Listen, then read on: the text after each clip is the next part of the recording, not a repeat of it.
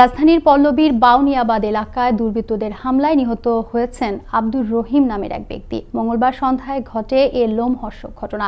নিহতের স্বজনরা জানান, মঙ্গলবার সন্ধ্যায় বাসা থেকে ডেকে নিয়ে ১০-১২ জন মিলে কিল, ঘুষি, জিআই পাইপ ও লাঠি দিয়ে মারধর করে আব্দুর রহিমকে। এরপর অসুস্থ অবস্থায় হাসপাতালে নেয়ার পথে তিনি মারা যান। এদিকে এ বিষয়ে মামলা না করতে নিহতের স্বজনদের দেয়া হচ্ছে নানা ধরনের ধমকি। এরকম ১০-১২ জন মিলা, ঠিক আছে। তখন গেছে, যার পর বলতেছে যে মনে পড়ে, ঠিক আছে, তুই আমার ধরা দিছিলি। এই কথা বলার পর ঠিক আছে, মনে করছে কি ধরা দিয়েছেন তোমারে। তারপরে মনে করেন স্টাম্প দিয়া, ঠিক আছে, মনে করেন স্টাম্প জিআই পাপ দিয়ে মনে করেন ইচ্ছার মধ্যে পৃথিবীতে বেড়াইতেছে। বেড়ানোর পরে একচরে হাত দিয়ে মারতেছিল, অবস্থায় উনি বেহুশ হয়ে গেছে।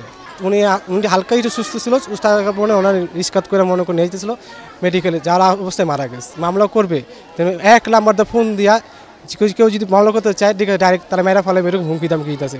আমি নামে দেখি এই মেলাইগুলা লোক এনে আমার স্বামী যায় বইছে, বইয়ে থাকার পর থাকে আমার স্বামী ওই ওহন্তে ডাকে নিয়ে আসে চার দোকানে বসাইছে।